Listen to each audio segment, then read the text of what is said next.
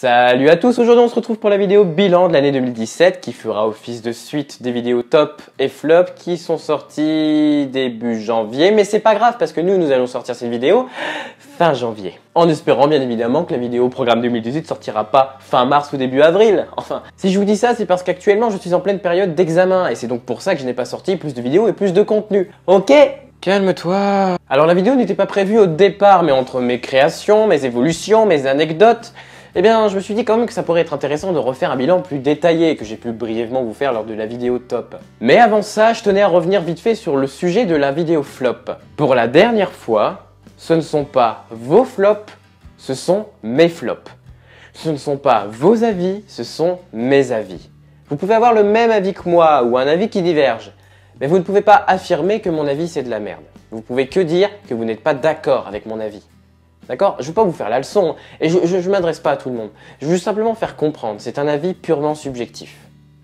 Quand on fait une vidéo flop ou une vidéo top, et la raison pour laquelle je n'aime pas donner de top 10 ou de top 5 ou de ce que vous voulez, c'est que pour moi, un film est différent d'un autre.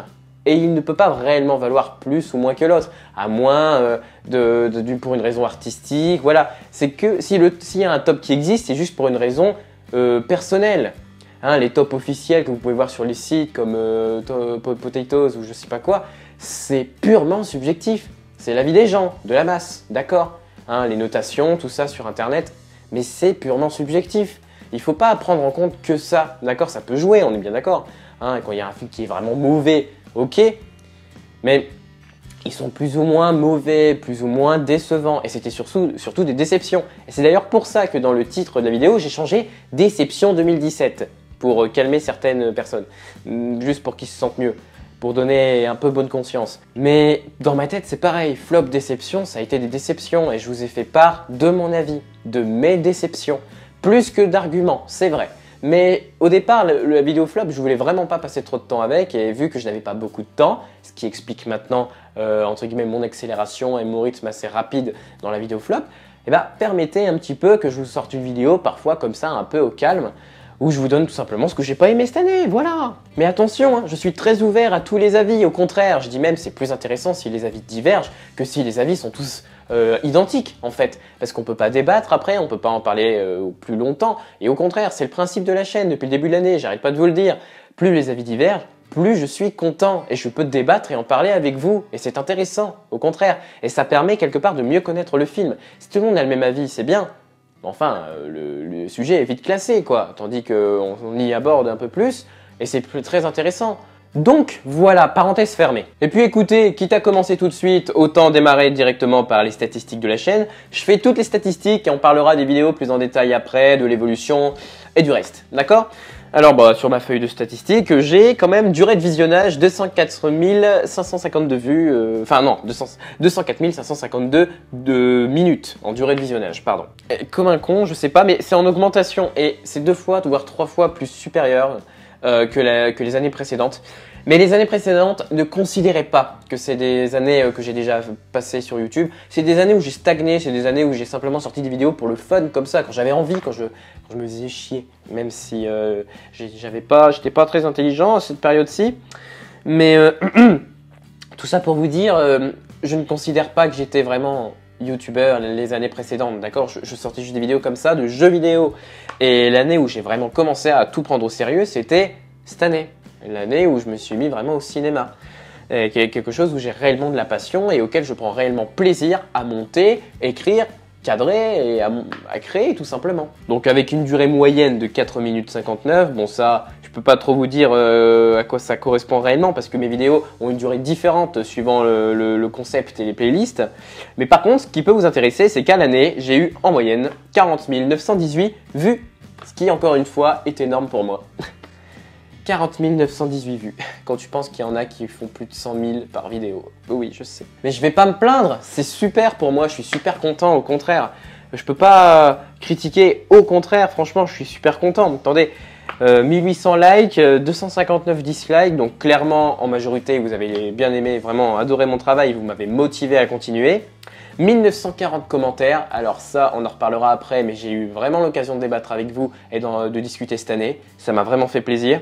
165 partages, je remercie à tous les gens qui auront partagé tout mon contenu, parce que c'est en partie grâce à vous que tout fonctionne, que la chaîne grandit tout simplement, et que je prends de plus en plus envie de faire des vidéos, parce que quand on voit que ça marche, ben, on ne veut que continuer, et on est de plus en plus confiant, tout simplement. Avec 264 vidéos en playlist, et bien sûr, le plus intéressant pour vous, 600 abonnés de plus en un an. Que vous dire de plus? J'ai gagné 5 fois mon nombre d'abonnés en un an, je ne peux pas me plaindre. Alors bien sûr c'est par période, je sais c'est par pic. Là je vois il y a 2 gros pics. Tout d'abord vous avez la vidéo la plus vue de la chaîne et bien évidemment je crois qu'elle va y rester longtemps. La critique à vie, le critique à vie sur Transformers 5. Et bien évidemment c'est le sujet qui a le plus fait débat cette année lors des vacances d'été. Alors imaginez j'étais à l'étranger, j'étais tranquille dans mon hôtel et puis je vois 300 messages, 10 000 vues, pas mal de likes, pas mal de dislikes. Il y avait de quoi faire une overdose pour moi parce que j'avais pas l'habitude, d'accord? Donc j'ai limite cru que c'était pas une vidéo à moi. Je crois que d'ailleurs je suis toujours dans les top 3 si on tape Critique Transformers 5, on s'en fout, mais rien que de rester sur une première page pendant aussi longtemps, bah moi ça me fait kiffer. C'est un petit kiff que je me fais, oui je sais, je suis content avec pas grand chose. Et pour les vidéos après les plus vues, bah, c'est suivi de la rétrospective intégrale Transformers qu'on aborde après. Et la vidéo Death Note, hein, je parle que les 3 premières. La vidéo Death Note qui a été encore une fois une vidéo où j'ai voulu tenter les mangas. Et je regrette pas parce qu'encore une fois c'est pareil, un sujet de débat et j'ai eu énormément de débats. En majorité vous avez été plutôt d'accord, il y a quand même une bonne partie qui était en total désaccord avec moi. En même temps c'est les mangas, c'est Death Note et c'est une réadaptation. Je crois que vous l'avez pas digéré Dragon Ball Evolution, vous l'avez pas digéré. Même si je sais que ça ne concerne pas que ça, je suis pas bête. Mais j'ai adoré l'expérience que j'ai eue à 2 reprises, 2 grosses expériences pour débattre avec vous. Après, bon, je sais pas si ça peut vraiment être utile, mais on va quand même le dire. 90% des gens qui regardent mes vidéos, c'est des hommes et 9,8% ce sont des femmes.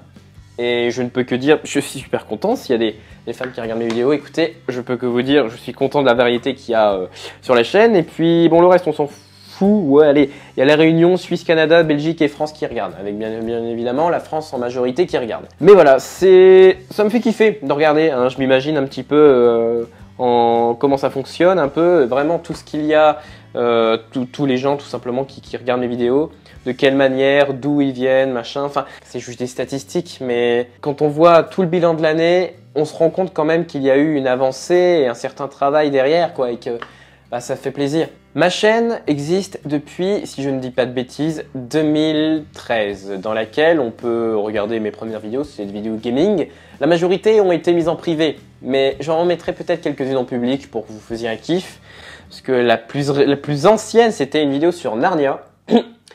Vidéo sur Narnia dans laquelle j'avais, quel âge? En 2013, faites le calcul, j'ai la flemme, ouais je sais, je suis un gros flemmard. Et c'est vraiment à partir de l'année 2017 que j'ai démarré, avec l'annonce de Critimovi, un programme 2017, avec une qualité qui se laisse à désirer, et la première vidéo Critimovi sur Logan, bien évidemment, qui date d'il y a 10 mois maintenant. Et quand même, il y a une grosse différence, parce que quand vous voyez en moyenne des vues, 33 vues, 29 vues, 42 vues, il a Logan de 122 vues... Voilà, mais je fais pas ça pour les vues, je fais surtout ça parce que j'ai adoré ce concept du cinéma et que j'ai voulu développer ce concept et j'ai vraiment envie de continuer. Mais j'abandonne pas le jeu vidéo, hein, au contraire, il y a même un jeu vidéo que pas mal d'entre vous ont aimé, alors après je ne sais pas si certains d'entre vous me regardent encore pour les jeux, mais j'en fais presque plus. C'est pas une priorité, hein, le cinéma passe en priorité. Mais en live, comme par exemple les Gardiens de la Galaxie ou Star Citizen, le jeu de simulation spatiale Star Citizen que j'adore. D'ailleurs, j'ai pu jouer à la 3.0, mais on en parlera plus tard. Hein, plus tard, j'ai prévu de faire d'autres vidéos dessus. C'est pas à oublier, à d'autres occasions, je le ferai. Et je ferai plus de live la prochaine fois. Là, pendant un blanc, il n'y a rien eu. J'attends pour du nouveau matos, mais le matos, on en reparle après. Donc, je faisais quelques vidéos de gameplay. Ensuite, j'ai fait quoi? J'ai sorti, ouais, une vidéo théorie sur Critimovi. J'ai voulu me tenter un peu à la théorie. Et là, c'est là que je me suis rendu compte. Ah la vache, il faut que je monte totalement les vidéos. Je m'enregistre pas. J'ai envie de faire un peu différemment des critiques à vie. Et là, j'étais nul en montage. Enfin, pas nul, mais disons que j'étais... je venais de débuter, c'était long. Je faisais un truc qui durait 4 minutes 45. Ça m'a pris, sans déconner... 2 semaines au moins pour y prendre en sachant que j'y bossais un soir sur deux, tellement je galérais encore avec Sony Vegas. Maintenant je le gère quasiment, totalement, hein, Sony Vegas, j'arrive à le gérer comme je veux. Mais c'était il y a 9 mois, donc vous voyez, l'évolution quoi. Qui avait fait 597 vues et qui avait bien fonctionné, j'avais pas à me plaindre du tout là-dessus, théorie sur la pierre de l'âme, alors maintenant à voir si ça va fonctionner, si ça va, voilà. Mais à cette époque-là, ça manquait encore un peu de punch, je manquais encore beaucoup de confiance en moi, j'hésitais vraiment, je me disais encore, est-ce que ce que je fais c'est bien, est-ce que ce que je fais ça vaut le coup, est-ce que mes montages sont pas trop moches? Parce que c'est le problème, c'est qu'au fur du temps, quand vous montez, quand vous créez, quand vous écrivez, vous êtes de plus en plus difficile. Mais j'en parlerai après pour les vidéos le cas, dans lesquelles c'est plus concerné. Mais plus vous avancez, entre guillemets, dans vos montages, dans vos évolutions, améliorations et expériences, plus vous êtes horriblement difficile. Moi, j'aimerais bien me dire, bah, ce que je fais, c'est suffisant, je m'arrête là. Mais j'ai constamment besoin d'essayer d'autres trucs, de nouvelles choses. Je pourrais stagner, mais je le fais jamais, je mute tout le temps. Alors parfois c'est moins bien, parfois c'est mieux. Mais je sais pas si vous avez remarqué, mes vidéos sont instables au niveau du design, ça n'arrête pas de changer. Je fais tout le temps de nouvelles choses, je tente tout le temps de nouvelles choses. Et c'est ça que j'aime bien dans la chaîne. C'est un peu une chaîne parfois fourre-tout. Alors même si les miniatures sont très unies, hein, avec une même image, entre guillemets, je verrai si je fais pas peau neuve, mais pas maintenant, parce que j'ai fait peau neuve au moins 2-3 fois dans l'année et on va peut-être essayer de faire une petite pause là-dessus. Les vidéos en soi dedans restaient très variées. Surtout, j'y pense aux vidéos Je réagis. La playlist Je réagis que j'ai démarré avec, si je ne dis pas de bêtises, j'avais démarré avec quoi? Star Wars, mais avant Star Wars, j'avais fait autre chose. Ouais, voilà, j'avais commencé avec Justice League, et ensuite j'avais fait Star Wars, et après Pacific Rim, et bien sûr Avengers, qui est le plus récent. Ensuite, après ça, bon, en parallèle à mes critiques à vie que je continuais quotidiennement, surtout basées sur les films Marvel et de super-héros et tout le reste, parce que je restais très fermé, entre guillemets, de ce côté-là. J'ai tenté un critique à vie spécifique quand même sur les séries. Je l'ai appelé critique à vie, mais c'est vrai que c'est un peu à part. J'avais dit le top série que j'aimais, The Walking Dead, The 100 et tout le reste. Et c'est une vidéo qui a plutôt marché correctement, je dirais habituellement, ou à l'équivalent d'un critique à vie. J'avais pas trop à me plaindre là-dessus, mais peut-être que je ferai plus de séries. Je fais quasiment pas de séries sur la chaîne et pourtant ça a un plus grand impact sur moi. Je regarde plus de séries que ce que je regarde de films. Donc c'est vrai que quelque part j'abuse, hein. Je pourrais faire un peu plus de choses.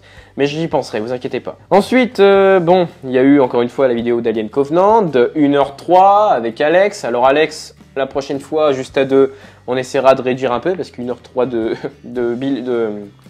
1h03 pour discuter d'un film, surtout Alien Covenant, on est quand même des grandes gueules. On parle beaucoup, un peu trop, je trouve. Donc là, bien évidemment, la vidéo critique à vie sur Transformers 5. Le premier live test que j'ai pu faire, donc stream test discussion, c'était le premier test que j'ai pu faire, suivi des réels tests, enfin des réels lives sur les Gardiens de la Galaxie, épisode 1 et 2. La vidéo rediffusion sur la Comic Con.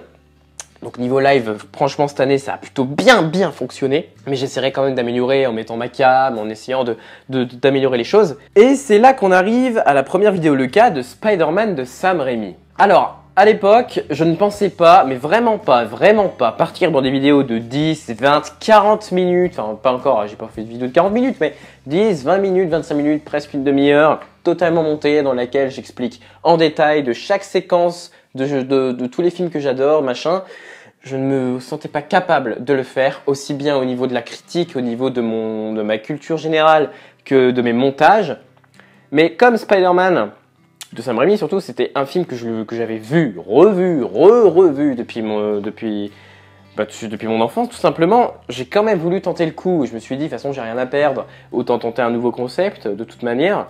Et c'est comme ça de toute façon que j'allais m'améliorer et ça a fonctionné. J'ai commencé à monter, j'ai pas eu de difficultés au niveau de la musique, j'ai pas eu de difficultés au niveau... Par contre ouais, j'ai eu beaucoup de difficultés au départ au niveau du son, du micro. Parce que ça concerne également le cas Spider-Man 2, hein, je peux mettre les deux vidéos dans le même sujet. Et le son était très saturé dans les deux. Dans les deux films, tout a été extrêmement saturé. Mon micro était trop amplifié, le débit n'était pas assez bien géré. Parfois la musique était trop élevée par rapport à ma voix, etc. Alors maintenant on peut dire plus ou moins que je suis ultra difficile, extrêmement difficile avec ce que je fais en audio. Et c'est ça en fait. plus vous montez, plus vous créez des choses, plus vous êtes difficile. Et c'est ça qui peut poser problème en fait, parce qu'on n'a plus un réel regard objectif sur ce qu'on fait. Il y a un truc, je vais le trouver merdique, tout le monde va faire « Oh mais non, c'est pas mal, attends, te plains pas ». Au départ, quand j'ai fait mes vidéos le cas sur par exemple Spider-Man 3 également, dans laquelle j'avais un petit peu tenté autre chose, j'avais mis l'écran de travers avec un petit fond flou, etc. Je me disais, bah, bof en fait. Puis tout le monde m'a fait, non, c'est pas mal. Et puis c'est vrai que maintenant avec du recul, après avoir arrêté de bosser sur la vidéo, quand je la revois, j'aime bien. Parce que oui, je regarde mes vidéos des fois pour regarder ce que j'en repense en fait. Pour vraiment me refaire un petit regard objectif. Donc, Spider-Man 1, une petite analyse de 10 minutes. Mais il faut savoir aussi que les vidéos le cas, donc comme Spider-Man 1 et 2, les deux premières vidéos le cas, ces vidéos-ci, en fait, je faisais toujours genre presque la moitié du temps résumé de l'histoire et l'autre moitié l'analyse. Donc en fait, ça fait un peu l'équivalent de 5, 6 minutes ou allez 7 minutes maxi d'analyse réelle sur le film. Et c'était vraiment, mais alors vraiment compliqué d'aborder le sujet comme ça, de nature, même en écrivant le sujet. Et je me suis rendu compte après qu'en fait, ce que je dis dans Spider-Man 1, 2, c'est pas rien, attention. Le 2 par contre, le 2 j'ai un peu switché, j'analysais, je donnais l'histoire, j'analysais, je donnais l'histoire. Mais c'était vraiment un rythme très long, ce qui a donné une durée de 15 minutes au lieu de 10. Mais la critique à vie était quand même en mon goût mieux que son prédécesseur, quoi. Donc j'avais pas à me plaindre. Donc là, il y a eu la vidéo aussi Defender, entre deux, qui était une critique à vie bien montée, avec des montages et tout. Donc c'est un petit peu un équivalent du Leca, mais en critique à vie, il y a eu juste une petite vidéo de 8 minutes dans laquelle je résume vite fait l'histoire et je donne mon avis global. J'ai voulu faire ça, j'ai voulu changer un petit peu, je l'ai fait. Et c'était la première fois, je crois, que je switchais ma caméra avec une séquence du film. La première fois où j'avais un style de montage avec un autre style de montage dans la même vidéo, parce qu'il faut savoir, moi toujours de mon côté ça a été les vidéos où je me filmais, donc c'était rapide, je faisais à la caméra, je faisais des retouches vidéo, parce que filmer avec les caméras que j'ai actuellement c'est compliqué. D'ailleurs, j'aurai bientôt normalement du nouveau matos qui devait arriver l'été dernier, mais là ça devrait arriver d'ici peu de temps, je l'espère. Si ça n'arrive pas, c'est pas grave, si ça arrive, tant mieux. Mais pour en revenir au sujet, c'était la première fois que je devais gérer deux sons, le son de ça, le son de ma voix off, et essayer de faire vraiment un son qui se vaut en fait, que le son soit pas trop faible par rapport à l'autre. Et ça c'est encore un problème que j'ai, mais on en réabordera plus tard. Donc il y a eu bien évidemment le cas Spider-Man, non ça je l'ai dit, le cas Spider-Man 3 bien évidemment, dans lequel j'ai bien rebossé juste après. Entre deux, bon ça c'était quoi, Thor Ragnarok, et bien évidemment donc quatrième vidéo le cas officiellement, Batman v Superman. J'ai voulu partir de Marvel, c'était la période où j'en avais un peu marre, où j'étais plus à fond d'ici et je me suis dit autant avoir démarré par les comics, autant continuer un petit peu avec les comics, et surtout par un sujet qui a fait qui était d'actualité également. J'y pensais pas en plus, j'étais à fond dans Batman v Superman, j'ai commencé à écrire la vidéo environ, je dirais 2 mois avant la sortie de Justice League. J'ai fini de l'écrire, en fait ça m'a pris 1 mois pour écrire, sachant que j'ai pas fait que ça, je faisais plusieurs pauses et je prenais mon temps tout simplement. J'ai pris 1 mois à l'écrire tranquillement. Et après, le reste du mois, j'ai tourné, j'ai monté, et je crois que c'est l'une de mes meilleures vidéos le cas, parce que vraiment, de toute façon j'en ai pas énormément, mais au niveau du montage, comme de la vidéo, comme du rythme, comme de la conclusion de fin, et ce que je dis, que je trouve que ça a du sens, j'ai vraiment adoré Batman v Superman, comment je l'ai présenté. Alors même si j'explique l'histoire, comment ça se passe, etc., je m'attarde pas trop dessus et je vais vraiment en détail sur toute la symbolique au niveau des deux personnages. Et donc 25 minutes de vidéo sur un film, on peut pas dire que j'ai rien dit dessus, quoi. C'est vraiment, j'ai vraiment abordé la philosophie autour du dieu, de l'homme, du problème avec les studios, avec Snyder, etc. Donc franchement, j'étais extrêmement satisfait, et également le générique de fin qui m'a pris un petit temps, un bon moment pour le faire. Je pouvais être qu'heureux les gars d'avoir fait cette vidéo le cas qui a bien fonctionné. Bon, ça fait un petit peu, ça a chuté petit à petit parce que dans l'ordre, Spider-Man 1 535 vues, 417 vues pour le cas 2, 458 vues pour le K3, et là ça a chuté encore un coup pour Batman, 315 vues pour Batman v Superman, et bien évidemment qui a chuté encore une fois avec la vidéo le cas la plus récente, Star Wars, qui est à 240 vues, mais qui est sorti il y a environ une petite semaine. Donc, bien évidemment, ça chute. Mais je vais pas... Aussi, je pense aussi, parce que le 3/4 des gens préféraient surtout le côté Marvel. Et le fait que je me diversifie, surtout jusqu'à aller dans Star Wars qui était d'actualité avec Star Wars 8. Donc vous voyez, j'essaie de sortir des vidéos le cas vraiment en lien avec l'actualité. J'essaie vraiment de donner un sens à ce que je fais et je trouve que c'est assez intéressant. Et puis Star Wars, en fait, le problème que j'ai eu avec ça, c'est que, bon, je pense que vous avez remarqué, à part les deux problèmes de montage, le son ma voix qui chevauche une autre voix, ça c'était un décalage, mais c'est pas dramatique. Et également la voix de Leia qui est décalée, du coup on n'entend plus rien, ça fait un micro décalage, mais bon, c'est pas ça qui détruit la vidéo. Mis à part ça, je trouvais que le rythme était trop rapide. Et il y avait certaines personnes qui me disaient mec, ça a l'air super bien ce que tu dis, mais on comprend rien. Et en 23 minutes, j'ai quand même dit masse de choses. Et je crois que c'est la vidéo la mieux écrite. Encore mieux que Batman v Superman. Mais au niveau du rythme, je crois que j'ai un peu trop parlé. Dites-moi dans les commentaires si vous trouvez vraiment que Star Wars est rapide. Je la laisse telle quelle, c'est pas grave. De toute façon, j'ai prévu de vous faire une vidéo le cas Star Wars tous les ans. Normalement, si tout se passe bien, vers la fin de l'année à chaque fois.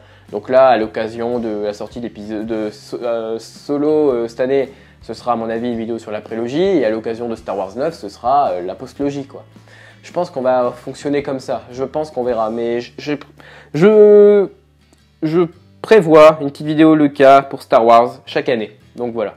Donc voilà pour les vidéos le cas. Vraiment, globalement, je me serais amélioré, j'aurais pris confiance et vraiment, j'aurais un petit peu complexifié vraiment mon travail.